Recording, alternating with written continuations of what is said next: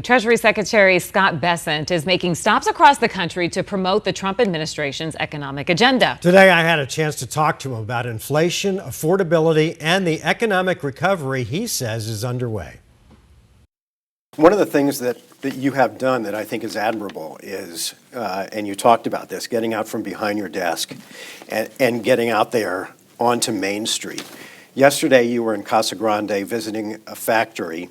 What is your honest appraisal of what people on Main Street are going through financially? Yeah, so I have said that it's like a medical trauma, that the beating that Main Street took under the Biden administration. First, we had to stop the bleeding.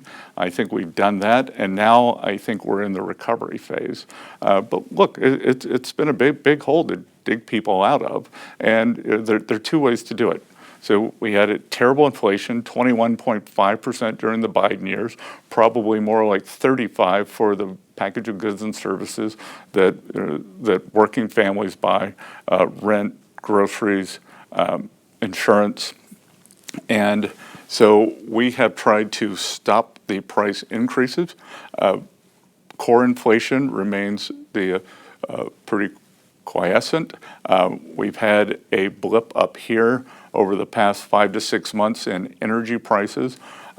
So one side is containing costs, the other side is seeing real wage gains. So you get it when people say there's an affordability crisis in this country, and I'm paying $4.55 for a gallon of gas, and all of those things that allow me to live my life as an American taxpayer. It's very tough out there. Right. So average national price is below $4.55, but sure, we get that. And again, as I said, there are two ways to get out of this. There's control inflation, which we're doing, and a lot of that is through deregulation and lowering tax bills.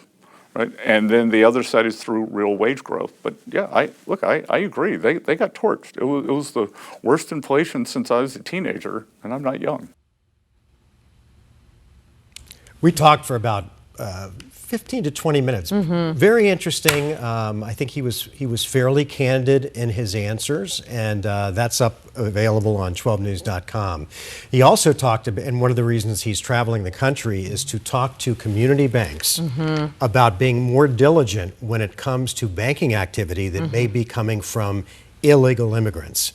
So the Trump administration wants these community banks to take part in this crackdown on illegal immigration. Yeah, well, if some of his solutions come to fruition, I think everyone just wants it to happen fast, right? Because it's really tough for a lot of people. It's not sustainable. Exactly, exactly.